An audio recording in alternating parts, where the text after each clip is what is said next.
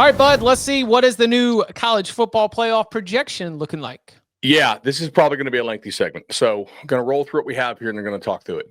So Ohio State beats Indiana in the Big Ten title game. They're 1. Indiana is 2. Bama beats Georgia. They're 3. Georgia drops to 5. Texas Tech wins the Big 12. Tech is the 4. And then we have 6. We have Oregon hosting a playoff game. A&M still hosting one at 7. So I guess, similar result to what we have now with the AP, except we do obviously have Bama jumping up. 8, Ole Miss hosting Oklahoma. Which is 9. Again, I don't really consider rematches. Maybe the committee does. They say they don't, so I don't plug that into my logic. But again, I kind of think they probably do consider rematches. But in this case, that might be a spicy matchup, so they don't care. 11 is Tulane, and then 12 is Duke. I'll believe that they'll put 2 G5 teams in when I see it. James Madison's strength of schedule is in like the 80s, so not really sure I'm buying that. This is still a TV product. Notre Dame comes in at 10th.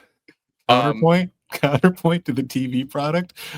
Are we sure putting Duke in makes it a better television product than James Madison? No, you're right. Exactly. Did you know tickets were given away for free to Duke Wake? Well, it's because it was Thanksgiving weekend. It's the holiday season, Chip. You ever heard of charity? Or the kids aren't there and they don't come back. Your fellow man. So now you're going to have to follow the logic here.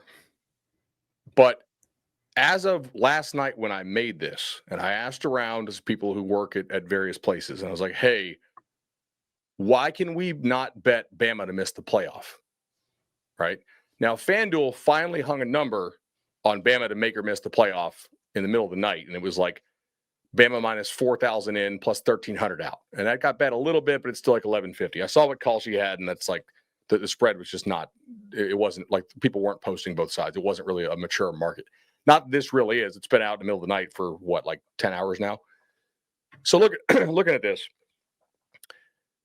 Notre Dame's odds to make the playoff are exactly the inverse odds of BYU to win the Big 12 championship. The betting odds say Texas Tech is in, win or lose, unless maybe if the quarterback gets knocked out, it's a serious thing or something. We've already seen them play without the QB, and they lost a game to Arizona State. So if we think that Notre Dame is the team that gets bounced if BYU wins the Big 12, and that is my opinion right now, although I think Texas Tech's going to take care of business on Saturday, and it won't come to this. They're going to have to rig this thing tomorrow night. Because if Bama loses in the SEC championship game, you can't then go and jump Bama above Notre Dame. And this is where the committee kind of screwed themselves, because Notre Dame's resume was not a top 10 resume with the first playoff ranking release. But for some reason, the committee put them 10th. And that was the week after they struggled with Boston College on the road, right? There was no real reason to start Notre Dame this high. This is where the committee, because ESPN has to have these shows to feed the content machine because they paid so much money for the college ball playoff, they have to produce content around the playoff to make their investment pay off. And I don't blame ESPN for this. If CBS had the playoff rights, I guarantee you we do the same thing. Hell, we do a reaction show to it, right? To their TV show. So we're going to see them rig it this week if they're going to do this. And I don't really think that they're going to punish Bama for losing the SEC championship game unless they're blown the hell out a year after leaving Bama out and not punishing SMU for losing in the conference title game, right? How do you guys think this plays out? Because that's what the current betting odds say. That's what I think the committee behavior is.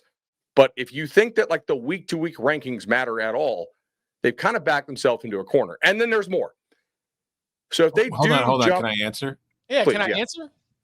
Is it rigging if Alabama jumps Notre Dame this week? Because I wrote in my vibe check that I think Alabama will pass Notre Dame this week too. But is it rigging, or is that the committee will value the win over Auburn more than Notre Dame's win over Stanford?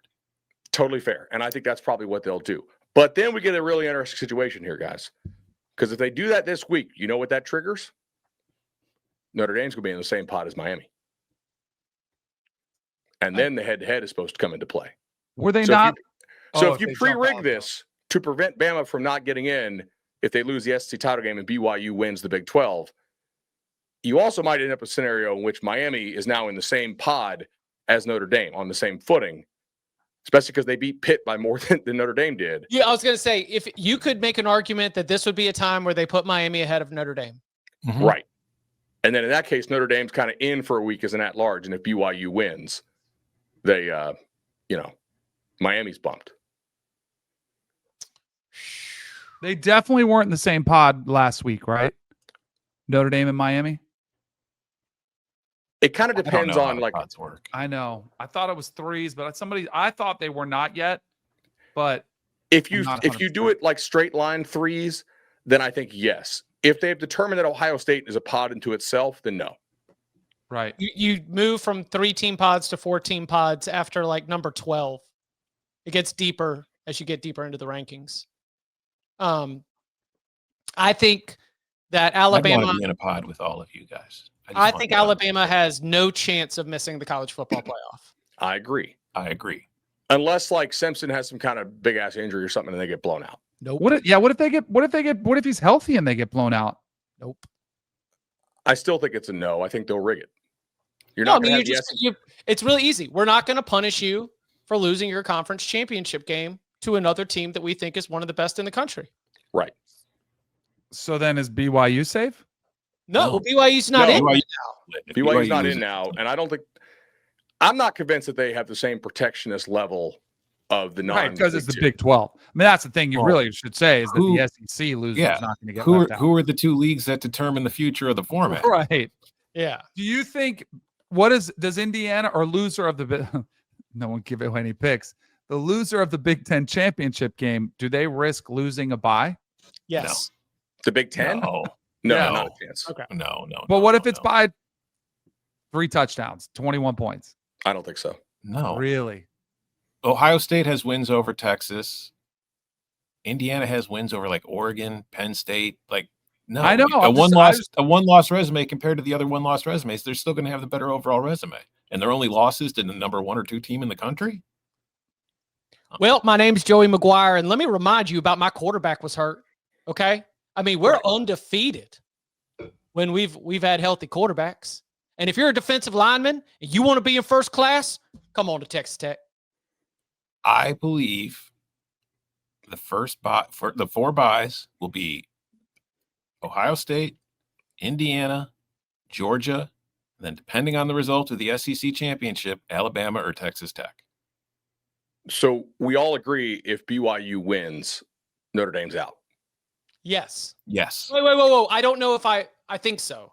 But yes, I 100% agree. Notre Dame, or in the case that Miami jumps them tomorrow night. Miami. Right. Yes. BYU is the bid thief. Yes. I mean, the odds are literally identical. It's plus 410, minus 410. Yeah. Mm-hmm. All right. As always, check out our socials for the graphic if you're listening at home. Always appreciate the college football playoff projection.